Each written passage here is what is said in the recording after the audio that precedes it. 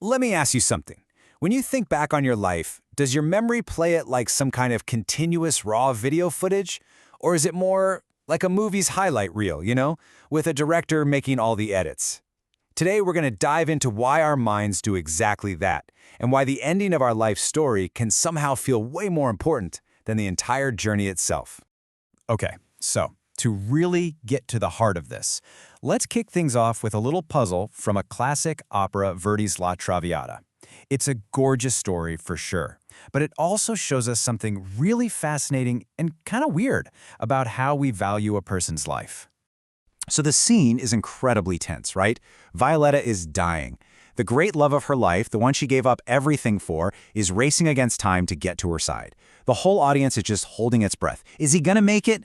Well, of course he does. They have this beautiful, super emotional reunion, and after about 10 minutes of absolutely glorious music, she dies in his arms.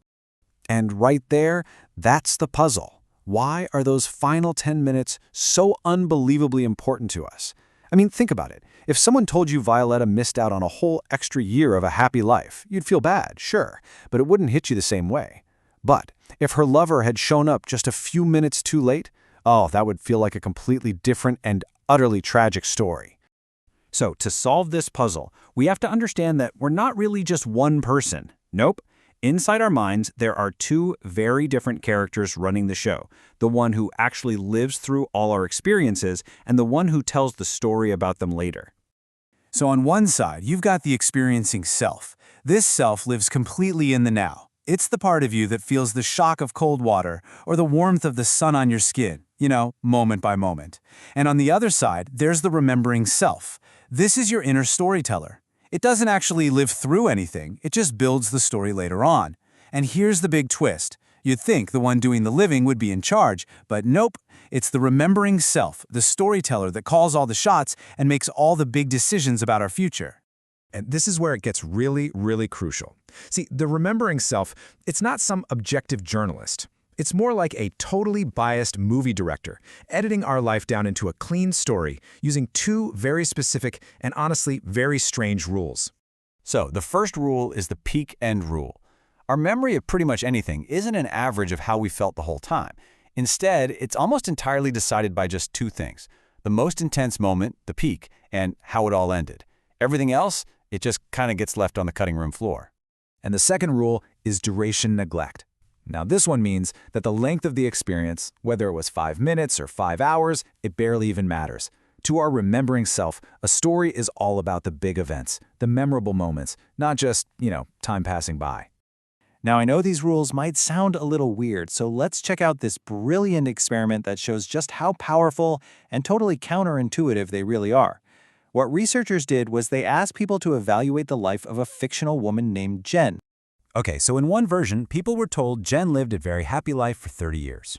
Another group was told she lived a very happy life for 60 years. And the result? Get this, people rated both lives as equally desirable. Doubling the length of her happy life made no difference at all. And that just perfectly shows duration neglect in action. But then the researchers added a little twist. They took Jen's 60 very happy years and tacked on 5 more years to her life. Now, these extra years were described as pretty pleasant, just not quite as amazing as the first 60. So, simple question, right? Does her life get better?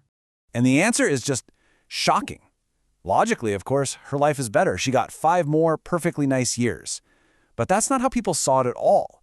They rated the 65-year life as worse. Adding 5 extra pleasant years made her entire life story less appealing. Why? Because the ending was weaker. And that weaker ending retroactively spoiled the whole narrative. That is the peak-end rule creating this bizarre less is more effect. So, this isn't just about fictional stories or some weird lab experiment. This storyteller in our head is active all the time, and it's constantly shaping the real choices we make in our own lives. I mean, just think about tourism. Why do so many of us spend our vacations running around taking pictures? We're not always just savoring the moment for our experiencing self. A lot of the time, we're designing a future memory for our remembering self. The goal isn't just to have fun right now, it's to build a good story to tell later. All right, let's try a quick thought experiment. Picture your absolute perfect vacation. Now imagine that at the very end of it, all your pictures will be deleted and you have to drink a potion that will completely wipe out every single memory of the trip. Would it still be worth it? Would you still go? If you hesitated, even for a second, you are definitely not alone. The fact that so many people would say no to that, well, it's incredibly revealing. It shows just how much we prioritize the story over the actual experience.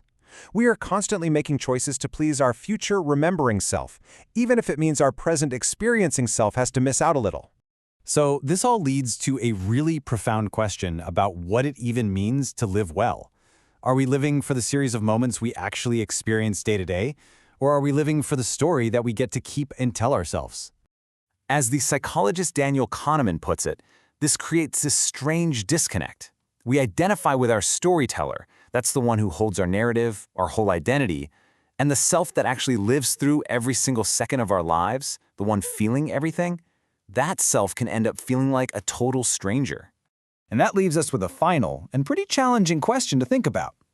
Now that you know your mind is kind of rigged to create a good story, one with a strong peak and a really satisfying ending, what should you prioritize?